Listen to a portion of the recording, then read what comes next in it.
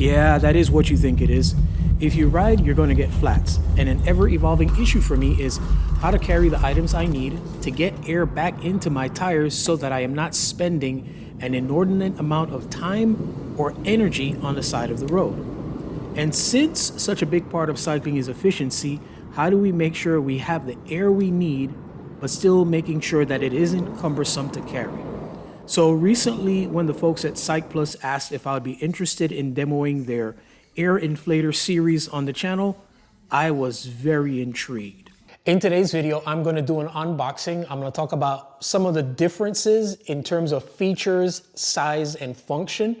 I'll also share the accessories that are provided in the kits, and then I'll weigh them. And I'll also share a little bit of like a real world ideas of how I have and would use these, especially comparing them to the existing system that I have been using for quite some time now. And then I'll do a little bit of a field test. I'll talk about how long it takes more or less to inflate one tire. And then I'll talk about how many tires you can expect to inflate off of one full charge of the 3 different models. That should be comprehensive enough. All right, let's go.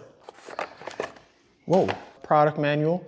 You guys know how I feel about that. I think I should look at it. Silicone case. I've got a B-roll camera over here. I'm getting fancy. You guys have no idea how fancy I'm getting. All right, let's see what else is in the box. And then there's a rubber attachment.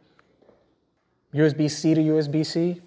We have the thing to inflate your basketball pump or your football or your football. And then there are a couple like little grommets and little things here and there. The accessories supplied with the AS2 Pro and Pro Max are identical, and here they are unpackaged.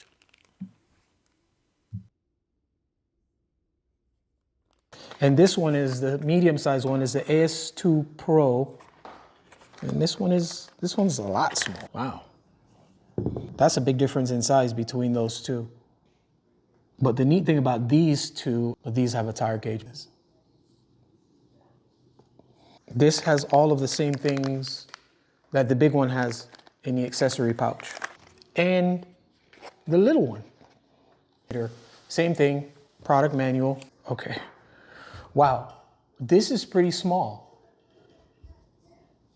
Okay, so this is look at the size comparison now between the medium-sized one and the small one. And then comparing that to the big one. I'm gonna get my scale. Okay, the big one weighs 232 grams. The medium one weighs 137 grams. And then the little teeny tiny one weighs 115 grams. For me in my cycling, I don't have a saddlebag, but in my pouch, I've been using TPU tubes. So I have a TPU spare, CO2 cartridge, and an inflator. This little one is like what ideally I would take if I were gonna be swapping this out for the CO2 cartridge. I mean, it fits, but it doesn't fit. Now, see? That would fit pretty well in my jersey pocket. Now let's compare the weight of the AS2 to the CO2 cartridge. So 115 grams, and my CO2 cartridge weighs 81 grams with the inflator. The thing that I've got to figure out is how many tires can I inflate with one full charge of this device. So, all right, I think that's pretty cool. I was like skeptical about this technology at first, honestly, but man, okay, that's pretty good. So sometimes at cycling, it just seems like there's incessant innovation. I'm one of those people who, it's like, you guys invented something else? Goodness gracious. So it says to press the thing, turn on the little power button, and double tap.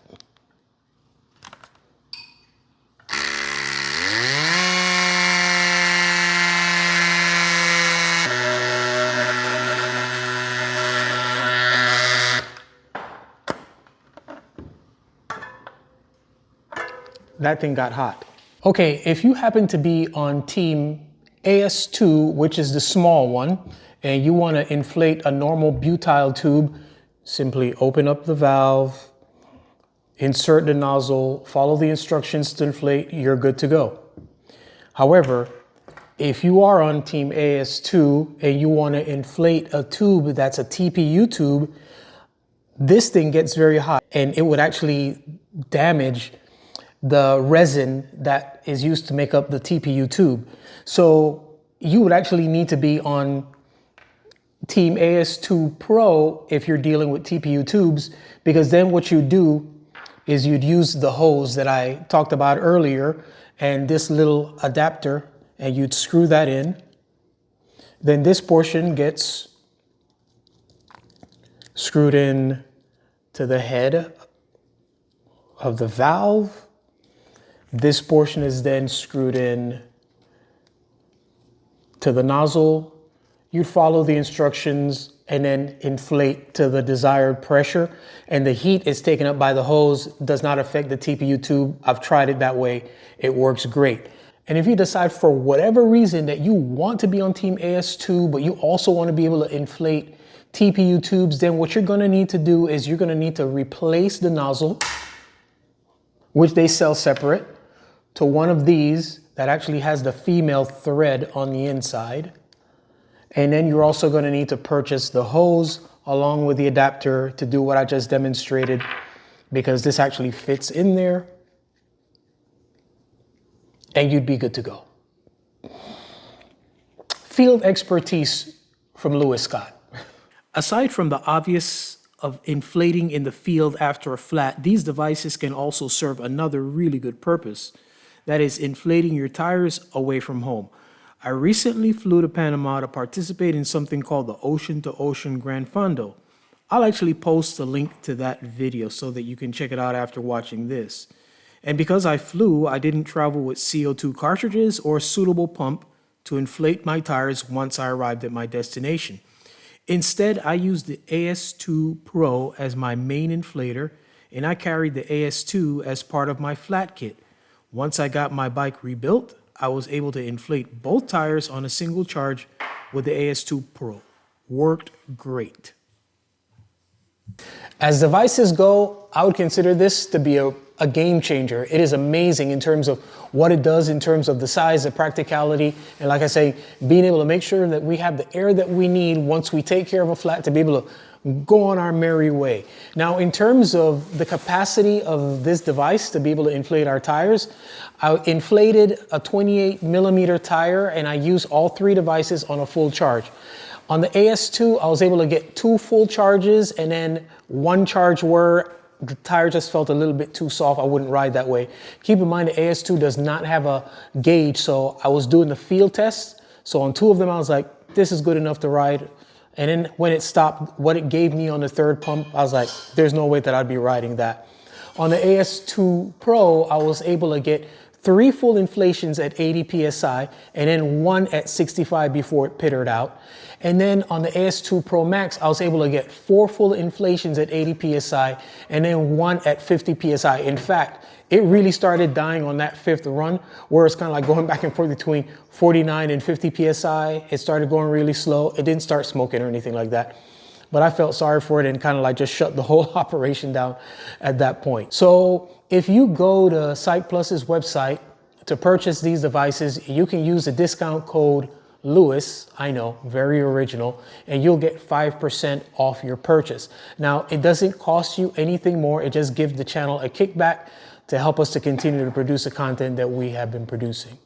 And I think that's all I wanted to share about that. I appreciate you guys continuing to support the channel by watching these videos, by liking, commenting, and subscribing. And as always, our aim here is to inform, instruct, inspire. Be blessed.